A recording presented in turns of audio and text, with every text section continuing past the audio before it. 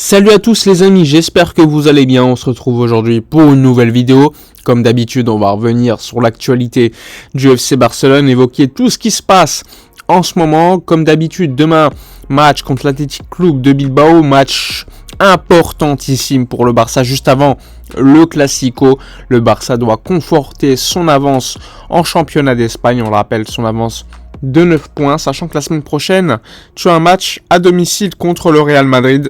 Ça serait donc idéal de garder cette avance avant ce match pour être, on va dire, un peu plus tranquille pour le Classico.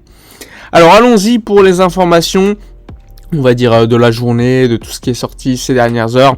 On commence évidemment avec un petit peu de mercato. Une information, bon on le savait déjà, il y a des informations qui étaient sorties déjà en ce sens, j'avais fait des vidéos également. Alors il s'agit du prochain mercato du milieu de terrain. Alors le milieu de terrain, comme vous le savez probablement, le Barça, ou Xavi on va dire particulièrement, lui, il demande un milieu de terrain supplémentaire parce qu'il s'est rendu compte qu'avec l'absence de Pedri, eh bien c'était très compliqué lors de certains matchs, lorsqu'il n'était pas là, il n'y avait pas ce relais on va dire entre le milieu et l'attaque, et c'est vraiment quelque chose que j'avais également constaté et évoqué lors de différents débriefs de match, et pour moi c'est importantissime de se renforcer à ce poste-là. Alors les joueurs qui sont pistés, on les connaît.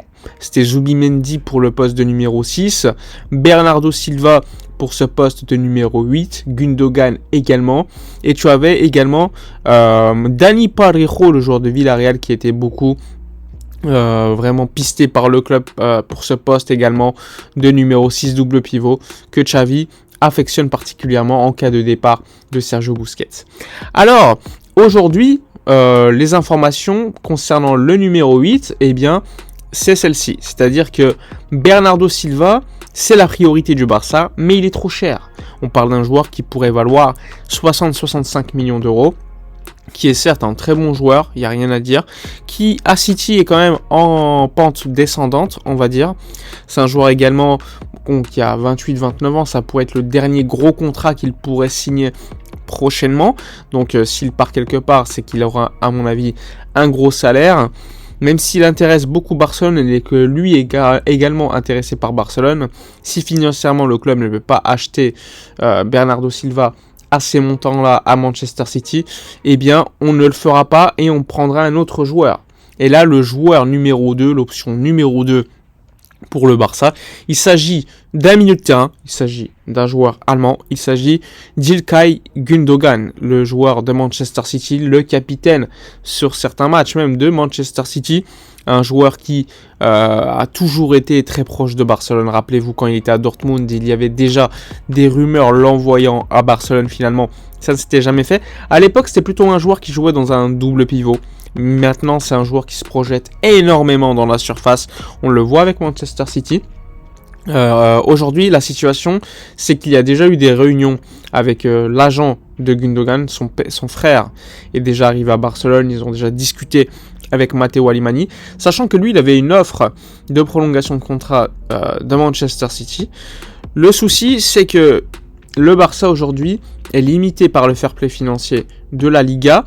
Et aujourd'hui, tout est en stand-by, parce que le Barça attend de pouvoir voir les opportunités, le montant de transfert qu'il pourra dépenser, sachant que cela dépendra évidemment beaucoup des départs.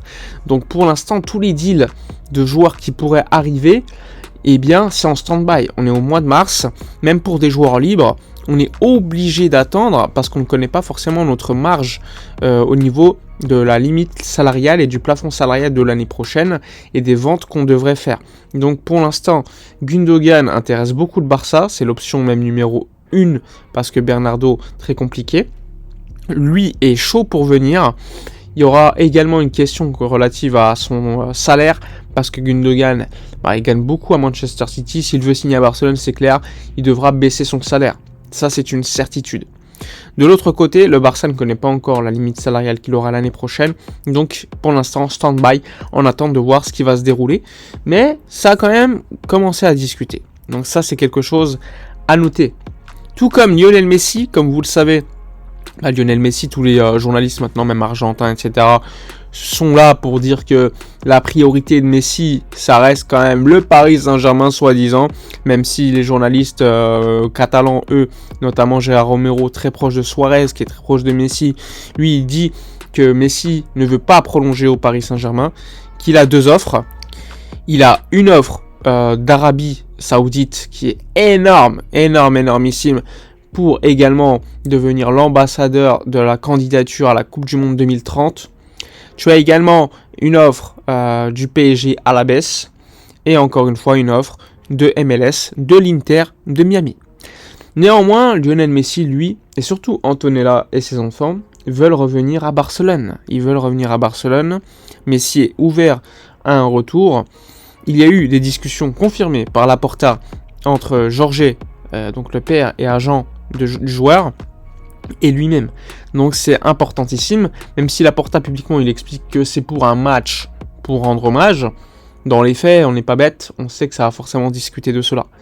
Alors aujourd'hui, on est en mars, encore une fois, comme je vous l'ai dit tout à l'heure pour Gundogan, on ne connaît pas la marge salariale et la limite salariale de l'année prochaine.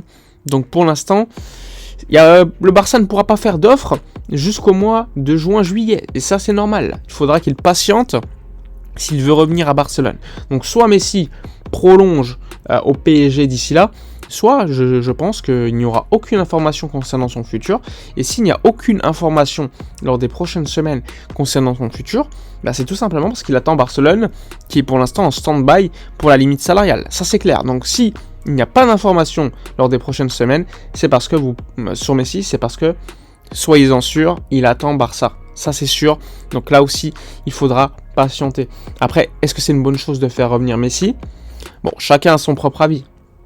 T'en as certains qui vont dire que il faut passer à autre chose, qu'il aura en plus un salaire, je pense, assez important. Même s'il accepte un petit salaire, on va le faire jouer à Montjuic. Donc t'as beaucoup de gens qui sont contre quand même, assez étonnamment. T'as beaucoup plus de gens pour, certes, mais la proportion de gens contre est quand même étonnante. On parle quand même de quasiment 45% des gens, de manière générale, qui sont contre un retour de Messi. Donc là aussi, c'est quand même un grand chiffre et il faut respecter ces gens qui sont contre, parce que je pense que c'est légitime de vouloir son retour, comme c'est légitime également de ne pas vouloir son retour. Il y a des arguments pour et contre qui sont totalement entendables. Ensuite alors, comme je vous l'ai dit tout à l'heure, match contre Bilbao demain, match importantissime à San Mamés, sachant que le Barça n'aura pas Pedri qui sera de retour lors du prochain Classico la semaine prochaine. Il n'y aura pas Dembélé qui lui ne sera pas de retour pour le Classico la semaine prochaine. Le Barça a préféré ne pas prendre de risques et attendre la fin de la trêve internationale, comme ça il ne va pas en équipe de France, pour être dispo ensuite. Donc Dembélé de retour après la trêve, Pedri la semaine prochaine. Lewandowski, quant à lui, sera bien disponible demain. Donc ça, c'est une bonne nouvelle pour le FC Barcelone, comme le retour de Gavi qui était suspendu lors du dernier match. Enfin bref, on a fait le tour sur les informations importantes du FC Barcelone. N'hésitez pas, encore une fois, à donner vos avis dans les commentaires, à liker, commenter, partager, à soutenir la chaîne, c'est très important. N'hésitez pas à rejoindre en soutenant la chaîne sur le bouton rejoindre qu'il y a en dessous de chaque vidéo. Je vous dis à la prochaine et d'ici là, comme d'habitude, portez-vous bien.